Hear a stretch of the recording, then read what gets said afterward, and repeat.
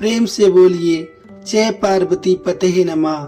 सभी श्रोताओं को हर हर महादेव। आपका दिन मंगलमय हो। आज 18 अगस्त 2025 दिन सोमवार। शुरुआत करते हैं सोमवार व्रत की कथा से। तो भक्तों, हम इस वीडियो में आपको सुनाएंगे सोमवार व्रत की संपूर्ण व्रत कथा। आपसे अनुरोध है कथा का संपूर्ण अनुसरण करें और महादेव की असीम कृपा प्राप्त करें। कहा जाता है कि महादेव की कृपा से ही समस्त संसार का पालन पोषण चल रहा है। वह अपने भक्तों को सदा ही सुखी और पुत्रवान रखते हैं। इस कथा में पुत्र की कहानी सुनाई जा रही है। तो आइए श्रद्धा से सच्चे मन से स्मरण करते हैं। एक नगर में एक सेठ रहा करता था। उसे धन ऐश्वर्य की कोई कमी नहीं थी। फिर भी वह बहुत दुखी रहता था क्योंकि उसके घर कोई पुत्र नहीं था। पुत्र प्राप्ति के लिए वह प्रत्येक सोमवार को व्रत रखा करता था तथा पूरी श्रद्धा के साथ शिवालय में जाकर भगवान गौरी शंकर की पूजा अर्चना किया करता था। उसके भक्ति भाव से दयामयी पार्वती जी द्रवित हो गई और एक दिन अच्छा अवसर देखकर उन्होंने शंकर जी से विनती की, हे स्वामी, ये नगर का सेठ आपका परम भक्त है, नियमित रूप से आपका व्रत रखता है, फिर भी आप उसे पुत्र के अभाव से क्यों वंचित रखे हैं? कृपया इसकी मनोकामना पूरी कर दो। दयालु पार्वती की ऐसी इच्छा को सुनकर भगवान शंकर ने कहा, हे पार्वती, ये संसार कर्म भूमि है। इसमें जो जैसा करता है वैसा ही उसको फल मिलता है। इस साहूकार के भाग में पुत्र सुख है ही नहीं। शंकर के इनकार करने पर भी पार्वती जी नहीं मानी। वह निराश हो गई, परंतु उन्होंने फिर भी शिव जी से बार बार आग्रह किया कि उस साहूकार को पुत्र सुख देने से आप वंचित बिल्कुल न रखें। भगवान शिव ने पार्वती से कहा, तुम्हारी इच्छा है इसलिए मैं इसे पुत्र प्रदान करता हूँ, लेकिन इसकी आयु अल्पायु होगी। वह 12 वर्ष की आयु में ही मृत्यु को प्राप्त हो जाएगा। संयोग से नगर सेठ गौरी शंकर संवाद सुन रहा था। समय आने पर नगर सेठ को सर्व सुख संपन्न पुत्र रत्न की प्राप्ति हुई। सब और खुशियां मनाई गईं। नगर सेठ को बधाइयां दे रहा था, लेकिन सेठ के मन में उदासी की कोई कमी नहीं आई, क्योंकि वह जानता था कि यह पुत्र केवल 12 वर्ष के लिए ही प्राप्त हुआ है। उसके बाद काल उसे मुझसे छीन लेगा। इतने पर भी सेठ ने सोमवार का व्रत और गौरी शंकर का पूजन हवन यथाविधि पहले की तरह ही जारी रखा। जब बालक 11 वर्ष का हो गया तो वह पूर्ण युवा जैसा लगने लगा। फलतः सभी चाहने लगे कि उसका विवाह कर दिया जाए। नगर सेठानी का भी यही आग्रह था, किंतु सेठ पुत्र के विवाह को तैयार नहीं हुआ। उसने अपने साले को बुलवाकर आदेश दिया कि वह पर्याप्त धन लेकर पुत्र सहित काशी के लिए जाए और रास्ते में भजन दान दक्षिणा देता हुआ काशी पहुंचकर सर्व विद्या में पूर्ण बनाने का प्रयास करे। मामा भांजे काशी के लिए रवाना हुए। हर पड़ाव पर वे यज्ञ करते, ब्राह्मणों को भोजन करवाते और दान दक्षिणा देकर दीनहीनों को संतुष्ट करते।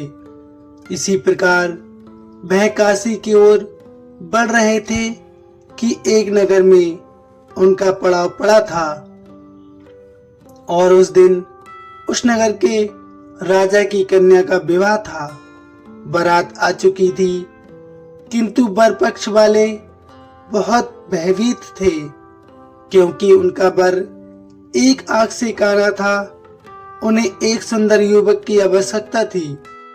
गुप्तचरों से राजा को जब सेठ के पुत्र के रूप की गुण की चर्चा का पता लगा तो उन्होंने विवाह के पूरा होने तक लड़का यदि दूल्हा बना रहेगा तो वह उन दोनों को बहुत सारा धन देंगे, उनका एहसान भी मानेंगे। नगर सेठ का लड़का इस बात के लिए राजी हो गया। कन्या पक्ष के लोगों ने राजा की पुत्री के भाग्य की बहुत सराहना की कि उसे बहुत सुंदर वर मिला है। जब सेठ का पुत्र विदा होने लगा तो उसने राजा की पुत्री की चुनरी पर लिख दिया कि तुम्हारा विवाह मेरे साथ हुआ है। मैं राजा का लड़का नहीं, एक नगर का सेठ का पुत्र हूँ और विद्या अध्ययन के लिए काशी जा रहा हूँ। राजा का लड़का तो काना है। राजा की लड़की ने अपनी चुनरी पर कुछ लिखा हुआ देखा तो उसे पढ़ा और विदा के समय काने लड़के के साथ जाने से इनकार कर दिया। फलिता राजा की बारात खाली हाथ लौट गई। नगर सेठ का पुत्र काशी जाकर पूरी श्रद्धा और भक्ति से अध्ययन में जुट गया। उसके मामा ने यज्ञ और दान पुण्य का काम भी जारी रखा। जिस दिन लड़का पूरे 12 वर्ष का हो गया उस दिन भी और दिनों की तरह उन्होंने यज्ञ आदि करते रहे। तभी उसकी तबीयत खराब हुई। वह भवन के अंदर ही कमरे में आकर लेट गया। थोड़ी देर में मामा पूजन करने को उसे लेने आया तो उसे मरा देखा। उसे अत्यंत दुख हुआ और वह बेहोश हो गया। जब उसे होश आया तो उसने सोचा कि यदि मैं रोया चिल्लाया तो पूजन में विघ्न पड़ेगा, ब्राह्मण लोग भोजन त्याग कर चले जाएंगे। अतः उसने धैर्य धारण कर समस्त कार्य निपटाया और उसके बाद जो उसने रोना शुरू किया तो उसे सुनकर सभी के हृदय विदीर्ण हो गए। सौभाग्य से उसी समय उसी रास्ते से गौरी शंकर जा रहे थे। गौरी के कानों में भय करुण पुकार जब पड़ी तो उनका हृदय करुणा से भर गया। सही स्थिति का ज्ञान होने पर उन्होंने शंकर भगवान से आग्रह किया कि बालक को पुनः जीवन प्रदान कर दें। शंकर भगवान को पार्वती जी की प्रार्थना स्वीकार करनी पड़ी। नगर सेठ का इकलौता लाल पुनः जीवित हो गया। शिक्षा समाप्त हो चुकी थी। मामा भांजे दोनों अपने नगर के लिए वापस हो गए। रास्ते में पहले की तरह दान दक्षिणा देते हुए उसी नगर में पहुंचे जहां राजा की कन्या के साथ लड़के का विवाह हुआ था।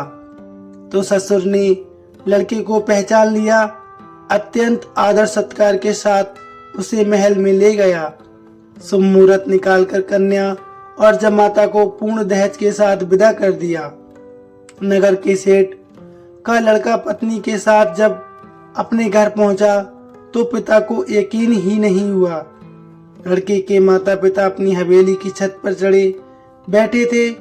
उनकी प्रतिज्ञा थी कि वहां से तभी उतरेंगे जब उनका लड़का स्वयं अपने हाथों से उन्हें नीचे उतारेगा, वरना ऊपर से ही छलांग लगाकर आत्महत्या कर लेंगे। पुत्र अपनी पत्नी के साथ हवेली की छत पर गया। जाकर माँ बाप के चरण स्पर्श किए। पुत्र और पुत्र वधू को देखकर नगर सेठ और सेठानी को अत्यंत हर्ष हुआ। सबने मिलकर उत्सव मनाया और शिव जी की जय जयकार की। इसी प्रकार उस सेठ ने शिव जी का व्रत आगे भी जारी रखा, जिसके कारण उसका अनंत जीवन सुखमय व्यतीत हुआ और अंतकाल में शिवदूत उसे शिव नगरी ले गए। तो प्रेम से बोलिए हर हर महादेव। वीडियो कैसी लगी प्लीज कमेंट में अवश्य बताइए। साथ ही लिखिए हर हर महादेव। धन्यवाद भक्तों।